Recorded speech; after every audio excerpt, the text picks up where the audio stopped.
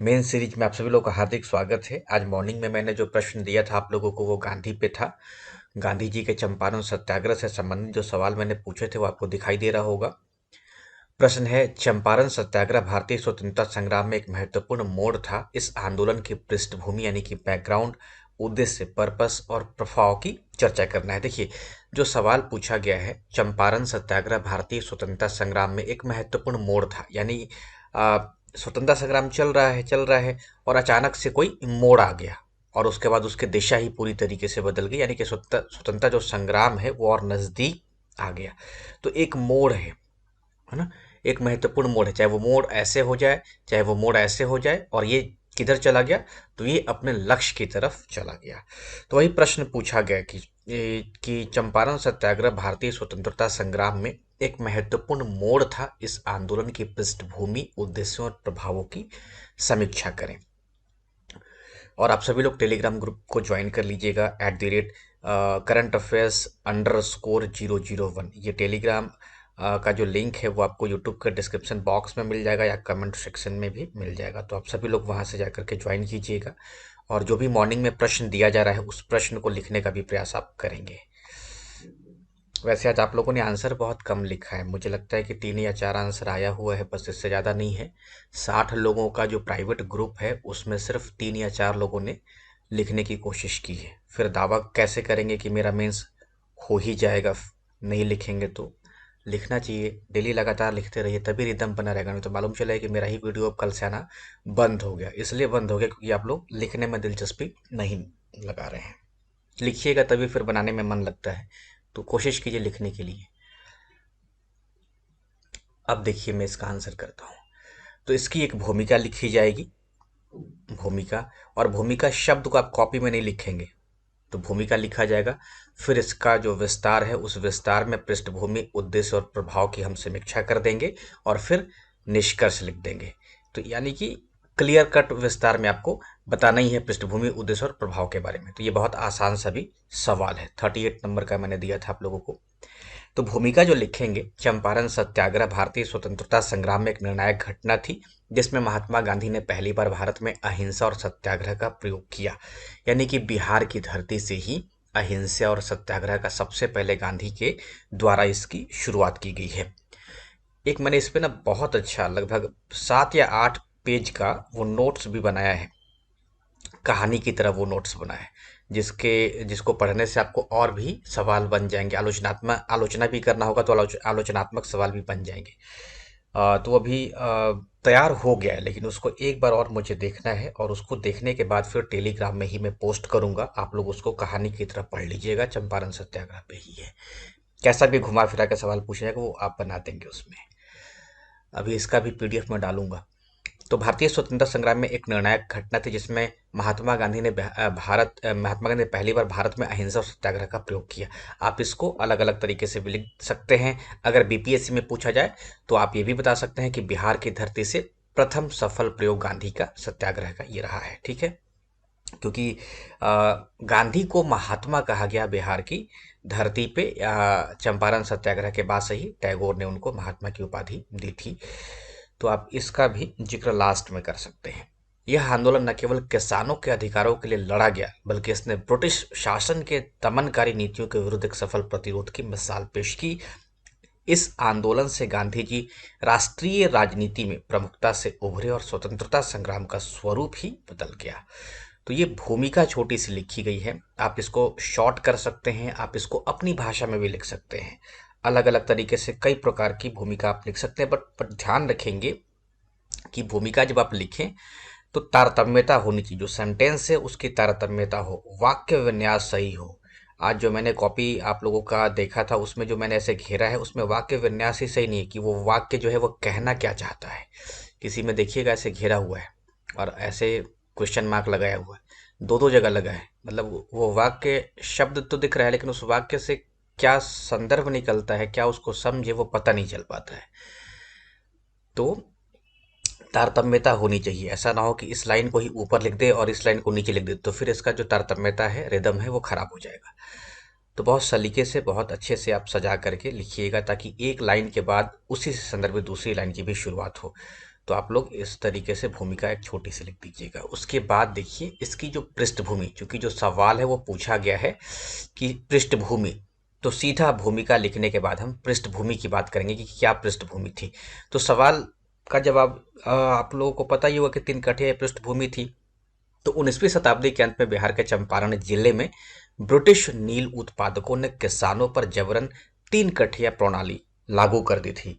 इस पद्धति के तहत किसानों को अपनी भूमि के 3/20 हिस्से में नील की खेती करनी पड़ती थी, जिससे उन्हें भारी आर्थिक नुकसान उठाना पड़ता था।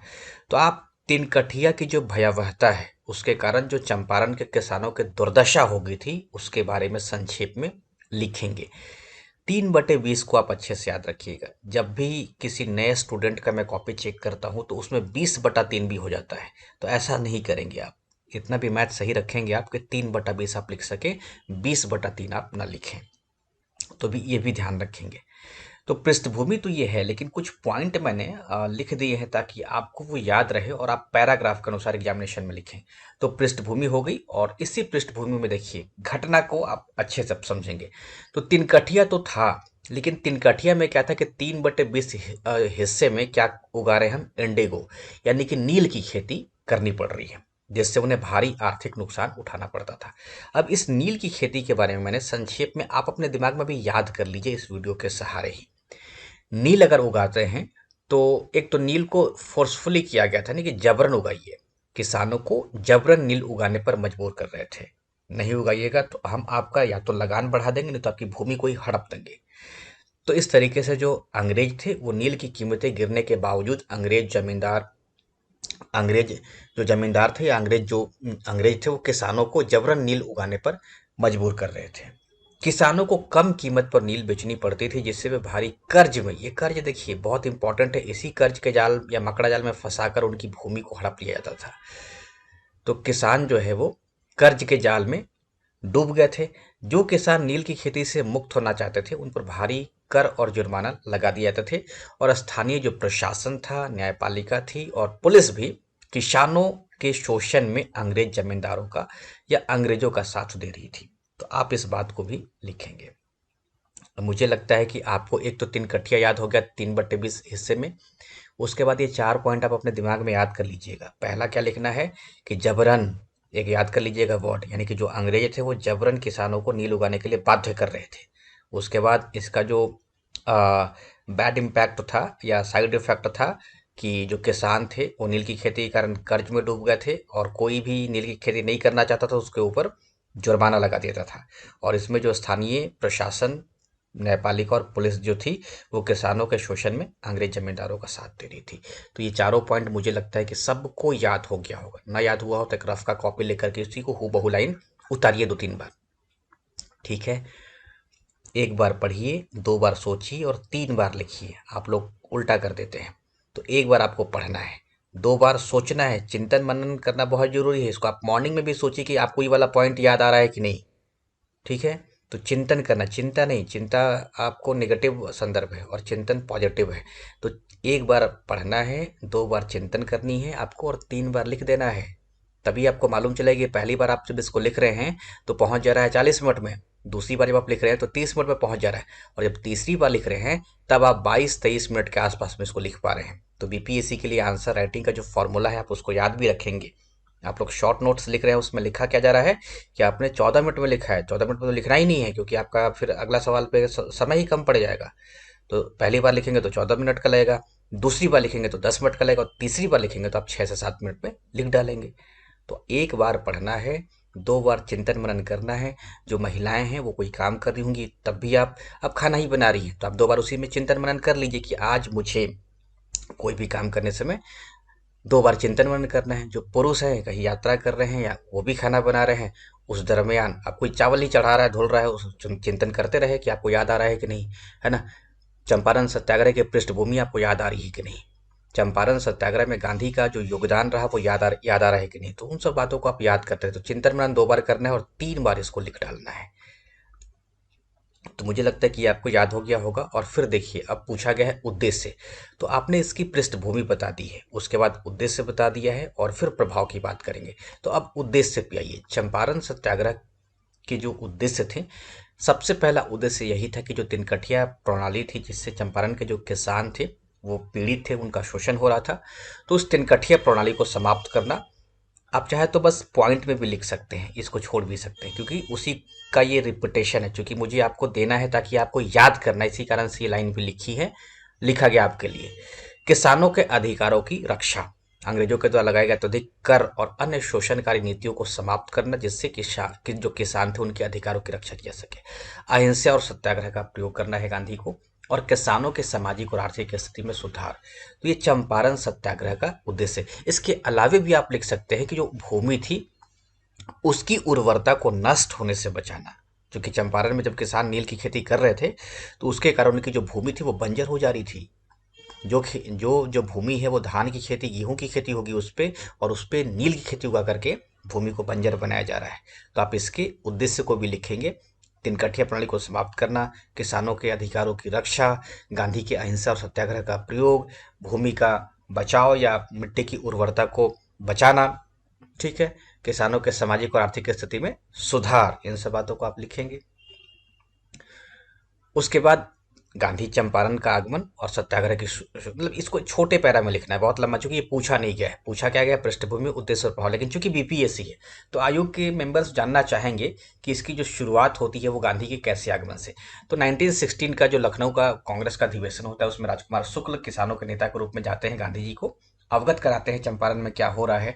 तो वहाँ के किसानों की दुर्दशा से गांधी जी को अवगत कराते हैं। गांधी तो पहले तैयार नहीं होते हैं, लेकिन उनको लगा कि जो नेता आया हुआ है राजकुमार शुक्ल, वो कहीं ना कहीं बहुत इफेक्टिव बात कर रहा है।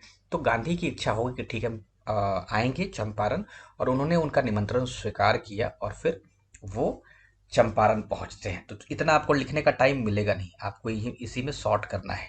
तो सीधा गांधी जी को उतार दीजिए पटना में, ठीक है। तो गांधी जी ने किसानों की पीड़ा को समझने के लिए अप्रैल 1917 में चंपारण की यात्रा की, और बिहार प्लेंटस प्लेंटस मतलब जो प्लेंटस हो गया किसान वाला, तो बिहार प्लेंटस एसोसिएशन के मंत्री जे.एम. विल्सन, अब आप इसको अलग से लिखिए, आपको ये पॉइंट याद होना चाहिए, जे.एम. विल्सन से मिले, लेकिन विल्सन ने किसी भी प्रकार की सहायता करने से मना कर दिया था। और उसके बाद गांधी की चंपारण यात्रा का एक चार्ट बना दीजिएगा, जरूर से बना दीजिएगा, इसी पे नंबर है, इसी पे नंबर है। और कल कोई किसी ने पूछा है टेलीग्राम प्राइवेट वाले में कि चार्ट कैसे बनाना है, अब आपको लग गया होगा ना कैसे बना देना है। तो जब जैसा प्रश्न वैसा चार्ट, तो चार्ट आप बनाइएगा पटना गांधी। हालांकि कलकत्ता से पटना आते हैं गांधी, तब तो आप चाहेंगे तो कलकत्ता भी लिख सकते हैं, लेकिन कलकत्ता मत लिखिए, पटना, फिर मुजफ्फरपुर, फिर चंपारण या मोतिहारी, ठीक है, फिर मोतिहारी। तो आप इस तरीके से एक छोटा सा डायग्राम बना दीजिए ताकि एग्जामिनर को लगेगा कि नहीं आपने कुछ नया पॉइंट दिखाया। और ऐसे ही बना दीजिएगा, शोध होना चाहिए गांधी की चंपारण यात्रा में, ऐसे डैश लगा करके। अब देखिए गांधी का जब चंपारण आगमन और सत्याग्रह की जो शुरुआत होती है, तो चंपारण यात्रा करते हैं, फिर ब्रिटिश अधिकारियों की अवहेलना करते हैं, किसानों की शिकायतों की जांच होती है, जांच समिति का गठन हो जाता है। ये भी क्रम से ही है, ये भी आप देखें तो क्रम से ही है। तो आपको क्या करना है कि चूंकि सवाल पूछा गया है, लगभग 400 शब्दों में लिख ही देना है, तो आप एक ये वाला मैप बना दीजिएगा, क्योंकि उतना टाइम ये लिखने को आपको टाइम नहीं मिलेगा। मैंने इसलिए लिख दिया है क्योंकि आपको ये डायग्राम भी तो समझना है। तो एक बार आप पढ़ करके गांधी के सत्याग्रह की जो रणनीति है आप इसको बता दीजिएगा। किसानों से संवाद, जनता को संगठित करना, हिंसक विरोध, सरकारी दबाव, और फिर नीति परिवर्तन हो जाता है, ठीक है, तीन कठिया प्रणाली को समाप्त। तो नीति परिवर्तन में आप लिख दीजिएगा तीन कठिया प्रणाली समाप्त, ब्रैकेट में डाल दीजिएगा नीति परिवर्तन में, ठीक है। बहुत सारे आप इस तरीके से चार्ट बना सकते हैं, गांधी जी का आगमन, उनके अपने सहयोगियों के साथ चंपारण का भ्रमण, है ना, जैसे जनता को संगठित करना, आप यहाँ पे लिख सकते हैं कि गांधी जी का चंपारण में, है ना, सहयोगियों के साथ भ्रमण होता है, अहिंसक विरोध होता है, ठीक है, तब जाकर सरकारी दबाव होता है, फिर नीति परिवर्तन हो जाता है। तो ये चंपारण सत्याग्रह की जो गांधी की शुरुआत होती है उसके बारे में मैंने बता दिया है आपको समझने के लिए, ताकि आप इस डायग्राम को बना सकें। और फिर आपको जो सवाल पूछा गया है प्रभाव या महत्व की समीक्षा कर देनी है। तो प्रभाव, किसानों को न्याय, यानी कि तीन कठिया प्रणाली समाप्त हो गई है। गांधी जी का पहला जो चंपारण सत्याग्रह का जो सत्याग्रह का जो प्रथम प्रयोग रहा वो सफल हो जाता है चंपारण की धरती से। ब्रिटिश प्रशासन की नैतिक हार होती है, गांधी जी का राष्ट्रीय नेतृत्व स्थापित होता है, ग्रामीण सुधार कार्यक्रमों की शुरुआत हो जाती है ना। तो ये सब लिखिएगा। भारतीय स्वतंत्रता संग्राम को नई दिशा मिली, ये भी आप लिख दीजिएगा। और फिर निष्कर्ष आप डाल देंगे। निष्कर्ष में आप चाहे तो अगर कोई सरकारी प्रयास हुआ हो चंपारण में, आप देख लीजिएगा गूगल करके, या जो चंपारण वाले होंगे वो बता सकते हैं कि अगर कुछ हुआ है तो आप उसको दे करके भी एक निष्कर्ष लगा सकते हैं, है ना। जैसे अभी आज़ादी का अमृत महोत्सव चल रहा है ना, तो आप लिख सकते हैं कि आज़ादी के अमृत महोत्सव के अंतर्गत केंद्र सरकार ने चंपारण में ये या ये कुछ स्टार्ट किया है ना। तो आपको अगर ऐसा लगे तो आप उसको भी लिख सकते हैं, एक बार गूगल कर लीजिएगा इसके रिगार्डिंग, ठीक है। फिर मिलूंगा नेक्स्ट वीडियो में सवालों के साथ। आप सभी लोग टेलीग्राम को ज्वाइन कर लेंगे, डिस्क्रिप्शन बॉक्स में दिखाई देगा। Thank you.